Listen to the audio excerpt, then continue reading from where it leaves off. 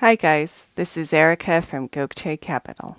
Now before I begin, be sure to subscribe to our YouTube channel and turn on notifications. I was once looking at a very nice parcel of land in a wooded area in Pennsylvania, and it seemed like a perfect parcel to purchase. Yet when I looked it up in the assessor records, the assessed value seemed to be much lower than surrounding parcels of vacant land of similar size.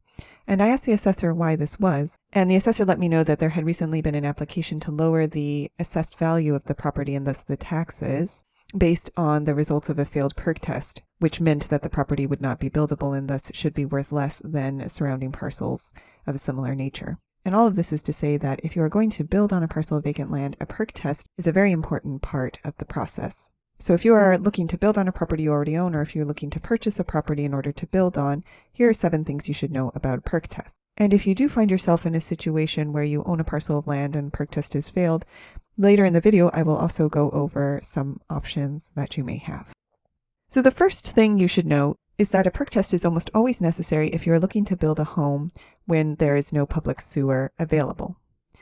And this is because most county and or city health departments will require a PERC test in order to issue a septic permit. So what exactly is a PERC test? Well, a PERC test analyzes the rate at which water drains through the soil. Then this is important because if water does not drain at a fast enough rate and you install a septic system, you may find yourself in a situation where you have sewage overflow, creating not only a huge problem for you, but a public health hazard in general. And this is usually why a PERC test is required by the public or environmental health department. Yet it is a fairly simple test. The exact parameters are going to vary from jurisdiction to jurisdiction, but generally a hole is dug and water is poured into the hole. You then measure the rate at which the water level lowers, or the rate at which the water is absorbed into the soil. Despite the fact that this is a fairly simple test, it will usually need to be performed by a licensed excavator or engineer. But as I said, every jurisdiction is going to have slightly different parameters and requirements for the PERC test. So before engaging an engineer, check with the county health department to determine what they want to see. In some circumstances, they may want one of their staff members to come and watch the PERC test being performed. Thus, you will need to coordinate with the county health department prior to scheduling the PERC test. Now, perhaps the most important thing you should know about PERC tests is that a failed PERC test, or one that does not comply with the county requirements, will complicate your plans to build, and in many circumstances make it impossible to build. This is because when a PERC test fails, you will usually not be able to pull a septic permit, and if you cannot pull a septic permit, you cannot pull a building permit.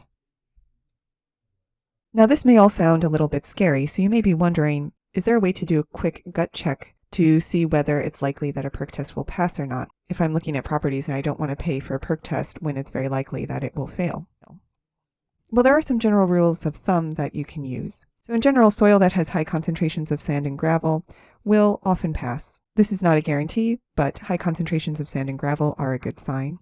Conversely, soils with high concentrations of clay may be problematic. And this is why when we are purchasing properties, we are less concerned with PERC tests on properties in more arid climates where the soil tends to have high sand and gravel concentrations.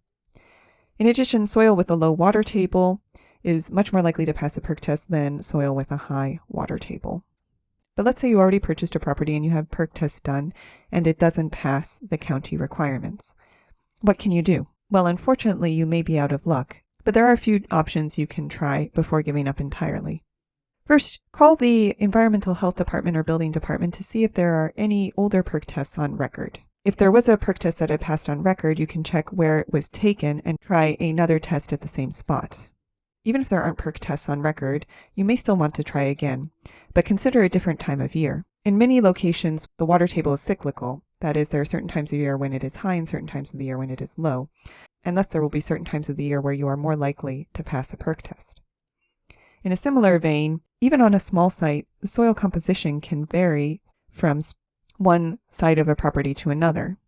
So you may want to try a different location or a few different locations to see if there's a better spot. You can also speak with your engineer to see if there is a modified or alternative septic system that will work based on the results of your PERC test. In this day and age, there are all kinds of alternative systems. They are more expensive, but there may be something that works with your property. Finally, if none of these work, you can speak with your engineer about bringing in a layer of fill, and then if you wait a few years, you may be able to come back and try again. Worst case scenario, if nothing works, you could consider using the property for recreational purposes or for some other kind of use that doesn't require a septic system. And I'll leave you with one last pointer here, and that is understand that PERC tests are only valid for a certain number of years.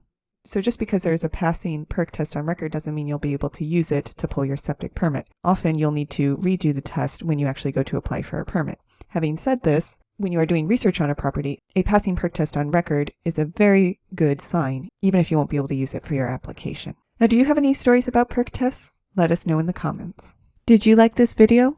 You're going to love our Gokce Land Due Diligence program. We'll make you a land due diligence expert in just 7 days. Check it out at gokcecapital.com/glad. And while you're at our website, don't forget to explore our $1 down properties at gokcecapital.com/listings. Finally, don't hesitate to reach out with any questions. You can email, call, or text, and we will respond as soon as possible. So thank you for listening, and more to come.